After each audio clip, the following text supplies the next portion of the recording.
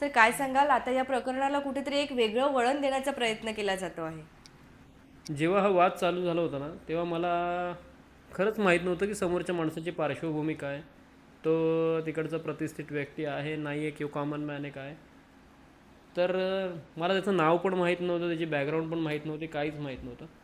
तर सोशल मीडियावरती जे काय कमेंट्स वाचतो किंवा आता समजा 100 व्हिडिओ बनत असतील तर त्यातले 60 व्हिडिओ चांगले असतात, पण 40 व्हिडिओ असे असतात ना की त्यामुळे काय होतं आहे, जे खरंच जर शिवप्रेमी असेल एखादा, म्हणजे शिवाजींना मानणारा, मी असं म्हणतो जे शिवाजींना बघतो थांबून तो पण शिवप्रेमीच आहे, त्यासाठी दाढी वाढवावी, रुद्राक्षाच्या माळा घालाव्या, असं काय टीका बिका लावावा असं गरजेचं नाही आहे.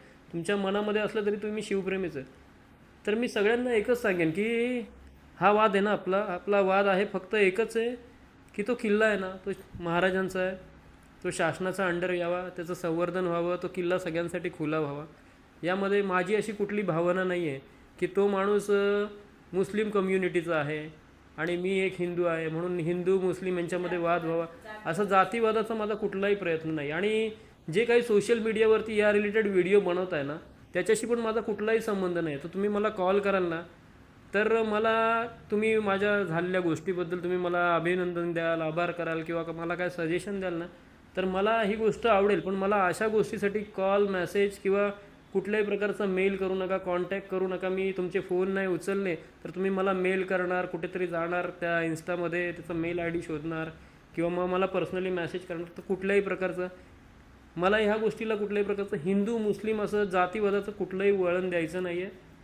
तर व्हिडिओ बनवताना याची काळजी घ्या की हा वाद फक्त आपला किल्ल्यासाठी, कुठल्या जातीवादासाठी नाही आहे. आणि मग तो किल्ला राहील बाजूला आणि वेगळंच वळण होईल, आपला मेन मुद्दा होणार नाही. आणि मग कसं ह्या गोष्टीचा फायदा बरेच जण घेतात. आता काही जण असे पण टपलेले आहेत की त्यांना हा मुद्दा तिकडेच न्यायचा आहे आणि मग तिकडे नेला ना की मग आपलं काहीच होणार नाही, आपल्याला सरळ बाजूला बसवतील. मग तुमचं पण काय होणार नाही, त्या किल्ल्याचं पण काय होणार नाही आणि माझं तर काहीच होणार नाही. अगदी बरोबर. तर हा विषय सोडून तुम्ही फक्त किल्ल्यावरती स्ट्रिक्ट राहा आणि हिंदू मुस्लिम वगैरे करू नका.